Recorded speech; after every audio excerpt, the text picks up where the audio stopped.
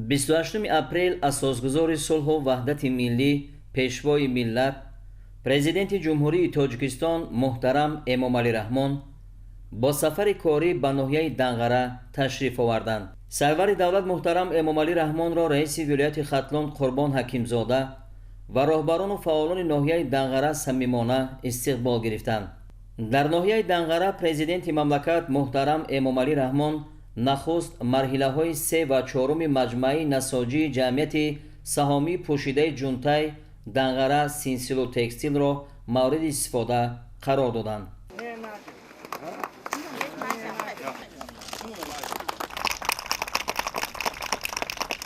марҳилаи аввали маҷмӯаи насоҷии ҷамъияти саҳомии пӯшидаи ҷунтай Данғара Синсилу Текстил бо иқтидори коркарди 10,000 тонна нахи пахта ва истеҳсоли 7600 тонна риштаи баландсифат моҳи августи соли 2016 бо иштироки президенти мамлакат муҳтарам Эмомалӣ Раҳмон ба истифода дода шуд.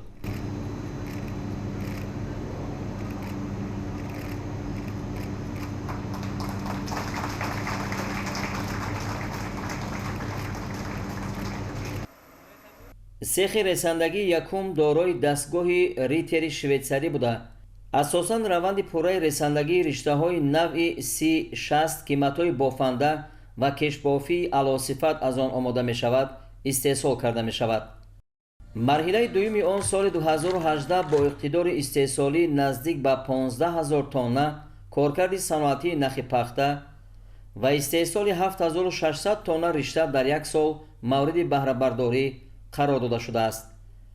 сехи ресандагии рақами 2 дорои дастгоҳи Телв Чеслери олмонӣ буда, асосан барои истеҳсоли риштаҳои пневмомеханикии навъи 1032 истифода мешавад.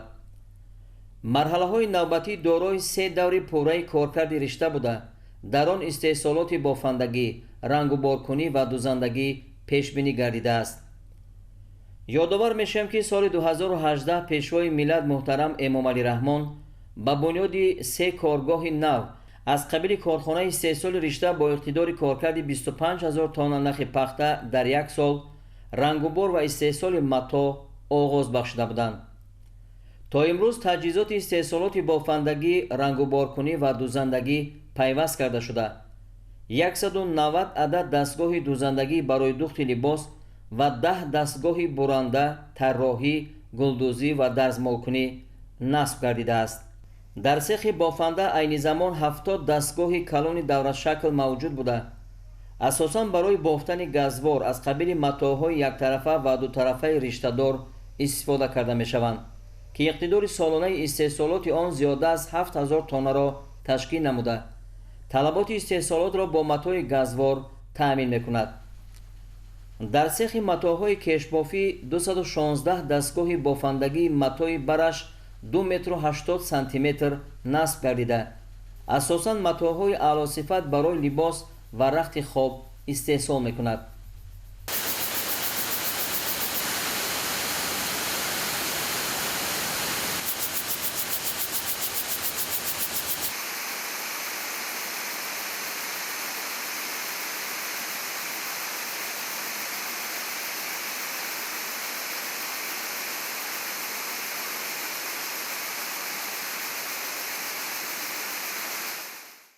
иқтидори солонаи истеҳсолот ба 20 миллион метри мураббаъ баробар буда, талаботи корхонаро бо матоъҳои барои либосдӯзӣ ва рахти хоб нигаронашуда қонеъ мегардонад. дар марҳилаи сеюми корхона коргоҳи рангубори мато дорои 11 дастгоҳи рангкунӣ аз ҷиҳати экологӣ тоза ва аз ҷиҳати истифодаи қувваи барқ каммасраф, 2 дастгоҳи рангубори ришта ва 1 дастгоҳи андозагирӣ, 2 ҷуфт дастгоҳ барои андозагирӣ ва тарҳи курпа мавҷуд аст. ҳаҷми истеҳсоли солонаи рангубори матоъҳои газвор бо рангҳои гуногун зиёда аз 3000 тоннаро ташкил медиҳад. дар коргоҳи дузандагӣ имкон аст ки дар як сол зиёда аз 1 миллион адад либосҳои гуногун истеҳсол карда шавад.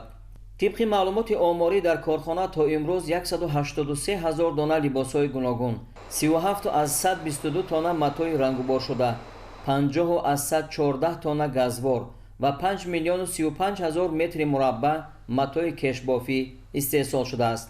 маҳсулоти тайёри корхона аз қабили сару либос, ришта ва матои кешбофӣ ба кишварҳои Русия, Туркия, Беларус, Полша, Озарбойҷон, Чин ва Покистон содирот мешавад. айни замон дар марҳилаи якуми лоиҳа 269 нафар, марҳилаи дуюм 138 нафар, марҳилаи сеюм 262 нафар ва дар марҳилаи чорум 260 нафар ва дар маҷмӯъ дар корхона 1250 нафар коргар ба кор ҷалб шуданд. оянда имкон аст ки бо баландбардоштани иқтидори корхона ва ташкили себас дар коргоҳҳо шумораи коргарон ба 2000 нафар расонда шавад. бояд гуфт ки маҷмӯаи насоҷии ҷамъияти саҳомии пӯшидаи ҷунтаи Данғара Синсилу Текстил аз лиҳози иқтидори истеҳсолию технологӣ дар Осиёи Марказӣ беназир буда, дар ҳамкорӣ бо сармоягузорону мутахассисони Ҷумҳурии Мардумии Чин бунёд шудааст. он бо пешрафтатарин технологияи коркарди пахта ва тавлиди маҳсулот аз ширкатҳои бонуфузи Швейтсария, Олмон ва Чин муҷаҳҳаз мебошад.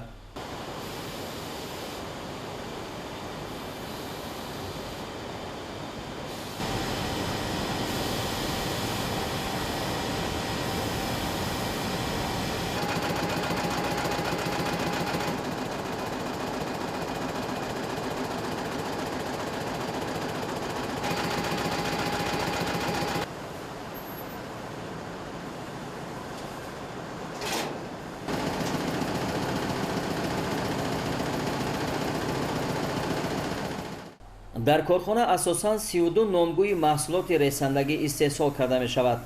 дар маҷмӯъ иқтидори истеҳсолоти ресандагии маҷмӯаи насоҷӣ коркарди қариб 25 000 тонна нахи пахта дар як сол буда, дар он барои 530 нафар мутахассисону коргарони маҳаллӣ ҷойи кори доимӣ муҳайё гардид. бояд гуфт ки бо мақсади таъмини корхонаи мазкур бо ашёи хоми маҳаллӣ аз ҷумла пахтаи аълосифат, бо дастгирии ҳукумати мамлакат дар асоси нақшаи бунёди маҷмӯа беш аз 14,5 000 гектар замин ҷудо гардида буд, ки дар он барои таъмини корхона кишти пахта ба роҳ монда мешавад.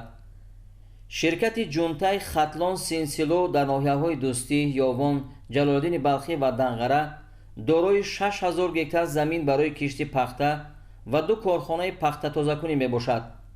ашёи хом яъне пахтаи дар ин ноҳияҳо аз ҷониби ширкати ҷунтай Хатлон Синсилу истеҳсол шуда барои коркар дар ҷамъияти саҳомии пӯшидаи ҷунтай Данғара Синсилу Текстил равона мегардад.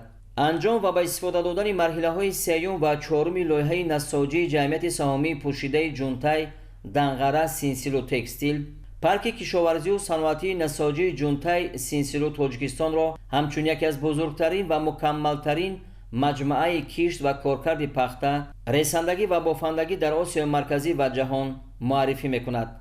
корхона тамоми силсилаи саноати ресандагӣ, бофандагӣ, рангуборкунӣ ва дузандагиро дар бар мегирад. муҳимияти ба кор даровардани маҷмӯаи насоҷӣ боз дар он аст ки дар заминаи он фаъолияти чандин коргоҳу корхонаҳои дигари соҳа вусъати тоза гирифта парвариши пахта ривоҷ меёбад. аз ин ҳисоб ҳазорҳо нафар шаҳрвандони мамлакат бо ҷойи корӣ таъмин мегарданд. сарвари давлат муҳтарам Эмомалӣ Раҳмон зимни шиносоӣ бо истеҳсолот дар маҷмӯаи насоҷӣ аз масъулини дахлдор истифодаи самараноки таҷҳизоти корӣ, коркарди босифати нахи пахта ва истеҳсоли маҳсулоти дар бозори ҷаҳонӣ рақобатпазирро тақозо намуданд. ҳамин тавр бо бунёди марҳилаҳои 3 ва 4 корхона занҷираи коркарди пахта дар ҷамъияти саҳомии пӯшидаи ҷунтай Данғара Синсилу Текстил ба пуррагӣ амалӣ гардид. чунин тадбир яъне ташкили занҷираи коркарди ашё то ҳадди ниҳоӣ дар дигар корхонаҳо аз қабили саноати кӯҳкорӣ ва хӯрокворӣ ба пешрафти иқтисоди миллӣ мусоидат мекунад. коркарди ниҳоии ашёи хом аз ҳамтои афзалиятноку ояндадори иқтисоди миллӣ ва аз иқдомҳои шоистаи пешвои миллат муҳтарам Эмомалӣ Раҳмон дар самти рушди саноати сабук аз ҷумла соҳаҳои бофандагию дузандагӣ ба шумор меравад. ин тадбирҳо барои ба роҳ мондани фаъолияти мунтазами корхонаҳои нав, таъмини эҳтиёҷоти аҳолӣ бо молҳои саноатӣ, таъсиси ҳазорҳо ҷойи корӣ ва ба кишвари содироткунандаи молу маҳсулоти бозоргузар табдил додани Тоҷикистон мусоидати фаъол мекунад. ифтитоҳи марҳилаҳои 3 ва 4 маҷмӯаи насоҷии ҷунтай Данғара Синсилу Текстил дар панҷсолаи солҳои рушди саноат ва дар доираи татбиқи ҳадафи стратегии саноатикунонии босуръати кишвар дастоварди арзанда маҳсуб меёбад. ба кор андохтани марҳилаҳои нави маҷмӯа боз як қадами боварибахшу устувори пешвои миллат дар самти коркарди пурраи ашёи хоми ватанӣ ва ҳалли масъалаҳои вобаста ба шуғли аҳолӣ дар саросари мамлакат буда, иқдоми бузург ва бемисл дар роҳи кам кардани воридоти маҳсулоти аз пахта омодашуда ба Тоҷикистон маҳсуб меёбад. ноҳияи Данғара маркази бузурги саноативу аграрии рушдёфта барои истеҳсол ва коркарди маҳсулоти рақобатпазири ба содирот нигаронашуда буда, дорои инфрасохтори муосири иқтисодиву иҷтимоӣ, хизматрасонии замонавӣ бо шароити мусоид барои рушди соҳибкорони хурдумиёна, сармоягузорӣ, фарҳангию сайёҳӣ бо муҳити тозаи экологӣ мебошад ва дар он мардуми соҳибмаърифату солим кору зиндагӣ мекунанд.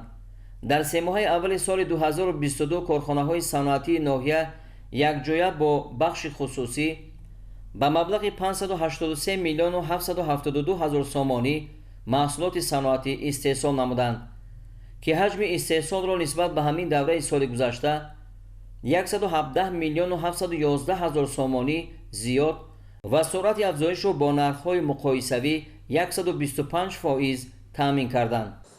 шумораи ҷойҳои корӣ дар корхонаҳои саноатӣ 2317 нафарро ташкил дода, нисбат ба ҳамин давраи соли гузашта 606 нафар зиёд гардид.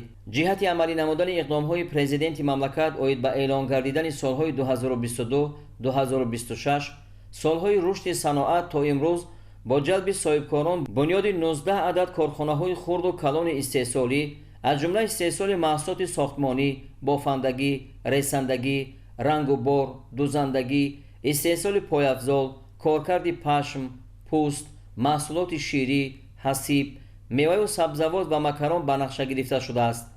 ифтитоҳи 8 адади он бо зиёда аз 300 ҷойи нави корӣ дар соли 2022 пешбинӣ гардидааст. ба ҳолати 1 январи соли 2022 корхонаҳои саноатии ноҳия якҷоя бо бахши хусусӣ ба маблағи 2 миллиарду 182 миллион сомонӣ маҳсулоти саноатӣ истеҳсол намуда, ҳаҷми истеҳсолро нисбат ба ҳамин давраи соли гузашта 508 миллиону 999 ҳазор сомонӣ зиёд ва суръати афзоишро бо нархҳои муқоисавӣ 130% таъмин кардааст. зикр кардан ба маврид аст, ки ҳиссаи ноҳияи Данғара дар маҷмӯи маҳсулоти саноатии вилояти Хатлон 21.3%-ро ташкил медиҳад.